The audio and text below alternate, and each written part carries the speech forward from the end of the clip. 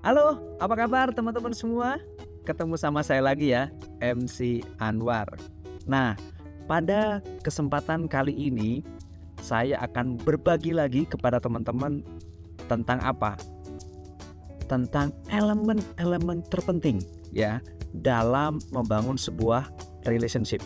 Nah, teman-teman pasti masih ingat kan di video saya yang sebelumnya kita berbicara tentang fenomena-fenomena yang terjadi dalam dunia key account manager atau profesi-profesi kita ya, yang bisa disebut juga sebagai dengan key account manager. Dan di sana kita bisa tahu bahwa ada kesulitan-kesulitan, ada tanda-tanda ya yang bisa membuat relationship itu tidak bisa berjalan dengan baik dan berkualitas. Nah, tentunya pasti nggak sabar kan? Di video saya sekarang, saya akan berbagi 5 elemen terpenting dalam membangun sebuah relationship. Ingin tahu lebih lanjut? Tunggu video saya selanjutnya.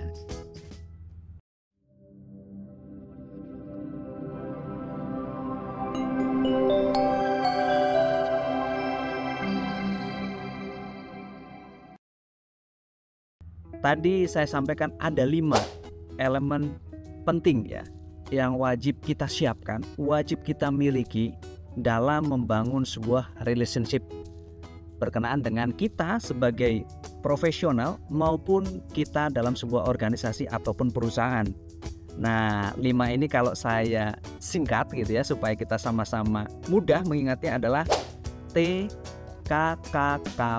ya. Kalau kita merge jadi TKP saja gitu ya teman-teman ya. Nah, kita masuk ke yang pertama, T. Ada yang tahu? Nah, pasti penasaran ya. T yang pertama adalah transparansi.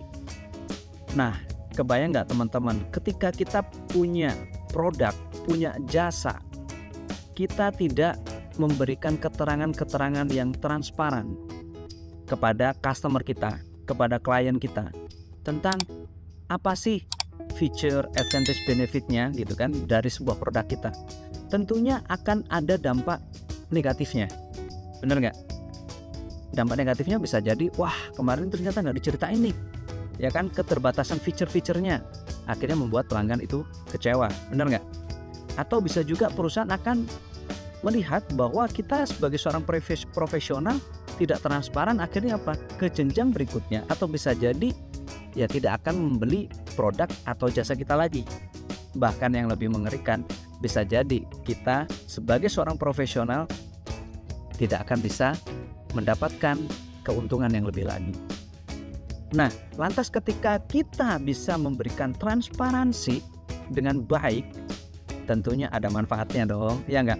Nah, transparansi ini bisa jadi teman-teman dari tadi ya, fitur, advantage, benefit dari produk jasa kita, bisa juga dengan sistem kita, bisa juga dengan proses bisnisnya, ya kan, lead time pengiriman dan lain sebagainya, bahkan terkait dengan keuangan kita mungkin kita bisa jelaskan ya, sehingga customer atau calon klien kita bisa clear di awal.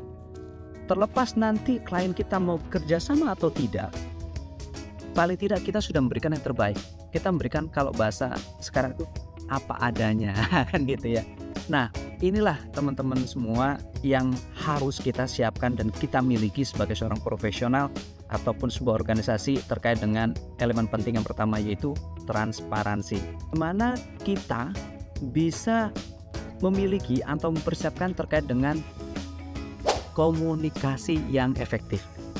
Nah, komunikasi yang efektif itu seperti apa sih? Yang pastinya apa yang akan kita sampaikan dan apa yang sudah kita sampaikan diterima dengan baik oleh lawan bicara kita. Benar nggak? Kebayangkan kalau kita tidak bisa berkomunikasi dengan efektif, tentunya apa? Pesan kita tidak akan bisa nyampe dan akhirnya kesepahaman tidak akan bisa dijalankan. Nah, komunikasi ini bisa dari internal kita di sebuah organisasi atau komunikasi kita dengan calon klien kita ataupun calon pelanggan kita, teman-teman semua ya. Jadi komunikasi efektif adalah elemen terpenting yang kedua. Nah, lantas teman-teman, Kak, yang berikutnya adalah bagaimana kita punya keterlibatan ya. Maksudnya seperti ini. Dalam sebuah organisasi, misalkan kita ambil contoh, bagaimana tim kita terlibat dalam sebuah proses. Nah, ketika kita melibatkan tim kita, tentunya akan ada manfaatnya. Dan kalau kita tidak melibatkan mereka, sudah pasti akan terjadi kerenggangan ya. Kok saya tidak dilibatkan? Akan tidak dianggap sebagai bagian dari tim. Nah, kemudian bagaimana dengan pelanggan? Balik lagi, produk jasa kita kan memenuhi pelanggan kita kan. Kalau kita tidak melibatkan pelanggan kita, tentunya kita tidak akan pernah bisa bertumbuh dan berkembang. Kenapa? Kita menutup diri, tidak mau mendapatkan masukan dari pelanggan kita. Ya enggak? Nah, kalau kita libatkan mereka, tentunya kita akan bisa dapat banyak nih dari customer-customer kita. Contoh, Pak, Bu, apa sih masukan buat produk jasa kita? Apa yang perlu kita perbaiki lagi? Dan itu hal penting yang bisa menjadikan perbaikan-perbaikan ya, baik produk jasa maupun proses saat kita melakukan kerjasama dengan calon pelanggan kita. Nah, berikutnya teman-teman, yang berikutnya adalah ini yang penting. Ketika transparansi sudah kita buat, sudah kita miliki ya kan di awal tadi, kemudian kita bisa mendeliver dalam bentuk komunikasi yang efektif terkait dengan produk jasa ya kan perusahaan kita, keuangan kita, ditambah lagi kita lakukan keterlibatan mereka ya, customer kita, tim kita dalam produk jasa kita. Nah, berikutnya adalah kepercayaan. Nah, ketika tiga tadi sudah kita lakukan, nah elemen berikutnya yang bisa kita dapatkan atau kita harus miliki adalah kepercayaan. Nah, kepercayaan ini bisa timbul ketika kita satu, jujur, dua, integritas, ya enggak?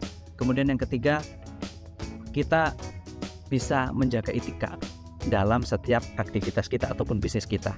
Kebayangkan kalau kita tidak dipercaya sama tim kita, perusahaan kita, pelanggan kita, dampaknya pasti luar biasa ya, dampak negatifnya. Satu, yang nggak dipanggil lagi, benar nggak? Bisa jadi karir kita juga berhenti di situ. Produk jasa kita ya sudah. Bahkan sekarang word of mouth itu kan luar biasa, benar nggak? Ketika sudah ada suatu hal yang mereka tidak suka, pasti akan cepat viral. Ya, viralnya tentu negatif. Nah, kita nggak mau dong seperti ini. Nah, inilah modal penting teman-teman. Berikutnya kepercayaan. Bagaimana kita sebagai seorang profesional harus menjadi orang yang punya kejujuran, integritas, dan etika ya dalam bisnis kita. Nah, kan tadi sudah T, K. Nah, sekarang yang P. Ada yang mau nebak P berikutnya? Ya, jadi P ini penting teman-teman, elemen yang terakhir. Jadi setelah kita dapat kepercayaan, tentu kan pasti ada proses delivery ya, produk jasa yang bisa kita berikan ke pelanggan kita ya. Nah, apakah langsung smooth? Belum tentu. Mungkin ada juga konflik, mungkin juga ada komplain, ya nggak? Nah, kita P-nya harus melakukan apa elemennya? Penyelesaian konflik atau masalah tersebut. Jadi jangan takut. Kita hadapin komplain pelanggan, kita selesaikan gitu ya, tentunya dengan baik ya. Nah, kebayangkan kalau sudah ada konflik ataupun masalah tidak kita hadapi, tidak akan kita selesaikan, ya balik lagi pelanggan akan ngomong gitu kan, udah tidak usah sama si X ya. Kenapa? Orang saya sudah pakai produknya, jasanya ya kan, ternyata ketika saya ada suatu hal yang tidak pas, tidak dilayanin gitu. Jadi hanya sebatas itu, hanya sebatas transaksi ya kan. Di video saya sebelumnya kan hanya sebatas transaksi kan fenomena. Nah, ini jangan sampai terjadi teman-teman. Lantas apa? Ya, kita sebagai seorang profesional, sebagai seorang key account manager, kita wajib melakukan apa? Penyelesaian konflik ya, atau penyelesaian masalah dari pelanggan-pelanggan kita maupun tim kita, sehingga apa yang jadi keresahan, apa yang jadi kebutuhan mereka bisa kita penuhi.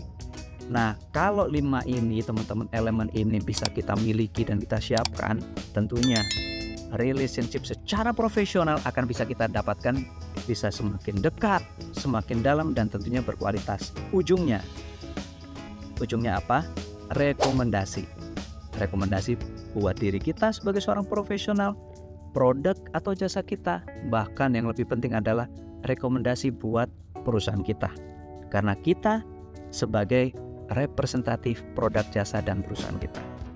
Nah, itu teman-teman semua tips dari saya bagaimana kita sebagai seorang profesional wajib menjaga, wajib menyiapkan ya 5 elemen penting dalam sebuah relationship. Masih ingat? TKP. Ya, itu aja dari saya. Terima kasih. Sampai ketemu di video saya selanjutnya.